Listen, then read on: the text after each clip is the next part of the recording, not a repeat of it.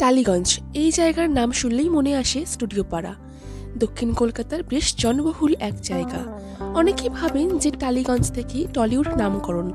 তবে টালিগঞ্জ নামকরণের কাহিনী জানেন কি? না জানলে জেনে নিন। কলকাতার দ্য ফার্দিন্যান্ড দে লেসার্স মেজর উইলিয়াম টলির নামে টালিগঞ্জের নামকরণ হয়।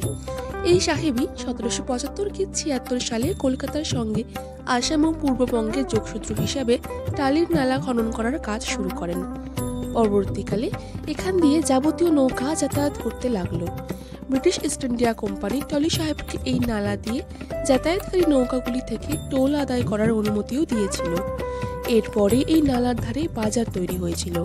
এই বাজারকে গঞ্জও বলা হতো। তারপর থেকে এই 17 মাইল দীর্ঘ খালটি টালির নালা ও তার প্রতিষ্ঠিত বাজারটি টালিগঞ্জ নামে পরিচিত হয়।